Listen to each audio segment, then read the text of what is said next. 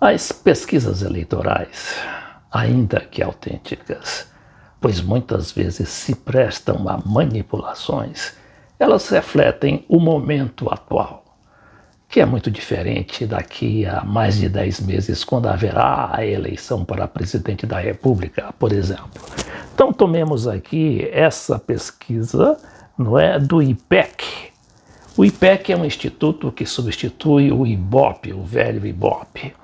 Então diz que Lula lidera no primeiro turno, seguido por Bolsonaro e com Moro e Ciro distantes em terceiro lugar. Aqui mostra o Moro praticamente inviabilizado para as eleições, não é? E aqui até nós vamos reproduzir para os amigos internautas um comentário da jornalista Daniela Lima, da CNN, que aborda muito bem essa questão midiática que tentou a ferro e fogo emplacar o nome do ex-juiz da Lava Jato.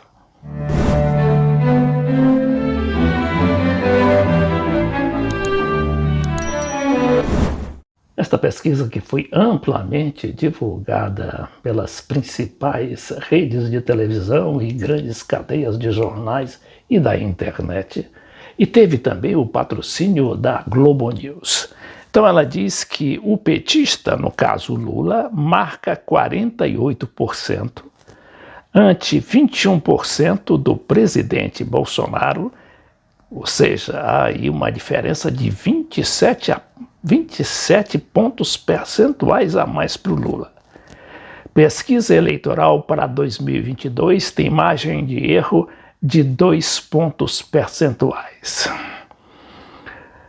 Então diz que na primeira pesquisa, depois da filiação de Sérgio Moro ao partido Podemos e do início das articulações para a candidatura do ex-juiz ao Planalto, o ex-presidente Lula, PT, lidera com folga as intenções de voto da corrida eleitoral de 2022, seguido por Bolsonaro, do PL. Nos dois cenários analisados no levantamento do IPEC, divulgado pela Globo News, nesta terça-feira, o petista tem mais intenções de voto que todos os outros possíveis candidatos somados. No primeiro cenário de candidatos à presidência da República, Lula tem 48%, Bolsonaro 21% e Moro 6%, empatado tecnicamente com Ciro Gomes, do PDT, que tem 5%. A margem de erro é de 2 pontos percentuais para mais ou para menos, com nível de confiança de 95%. E aí a gente vai à CNN Brasil e ouve essa jornalista aqui, Daniela Lima, por sinal muito bem informada. Ela foi editora há muito tempo do painel da Folha e jornalista também da reportagem, é muito conceituada. Vejamos aqui o que ela diz. Apesar do oba-oba e da exposição midiática intensa, em especial de uma parte da imprensa que durante muito tempo se cunhou chamar de imprensa lavajatista, apesar da exposição intensa de Moro em diversos veículos, muito também, claro, por conta de sua entrada na política de forma ali bastante pesada e como candidato não declarado à presidência da República, quem entende do riscado e faz análise política para Senado, Câmara, Presidência da República, ainda vê com muito ceticismo a chamada terceira via. Eu vou pegar aqui, hoje tive uma conversa com uma fonte que eu respeito muito, a análise dela é muito apurada e influencia muito a tomada de decisão em Brasília. Perguntei, e aí, como é que você está vendo o cenário? E ele disse, olha, Daniela, tem algumas coisas que eu acho que deveriam ser pontuadas e não são. Primeiro, falando de PT, falando de Luiz Inácio Lula da Silva. O PT tem um patamar histórico de largada em eleições, 30%. 30%. Desta vez, todas as pesquisas indicam que Lula larga, no mínimo, com 40%, 42%, algumas dão a ele 46%.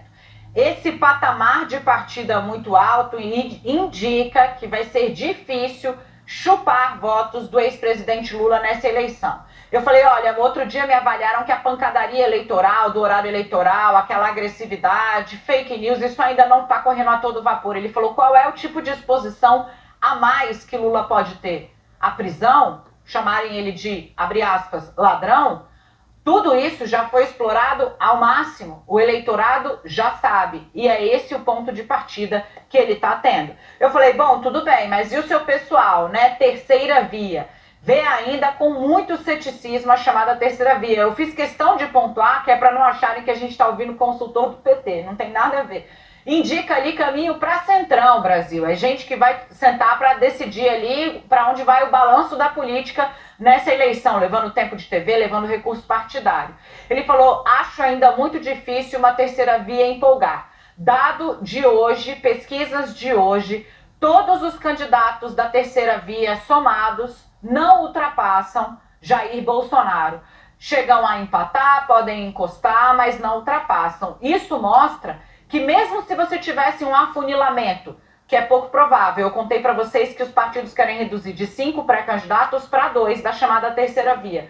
Ainda que 3 saíssem e todos os votos fossem desaguar num mesmo candidato, o que é matematicamente impossível e eleitoralmente bastante improvável, você não teria alguém ali que na largada chegasse ameaçando diretamente Jair Bolsonaro. Realmente a jornalista tem razão, porque o objetivo dessa cobertura copiosa, mediaticamente falando, era elevar o Sérgio Moro até ultrapassar, ou pelo menos ficar bem perto do Bolsonaro.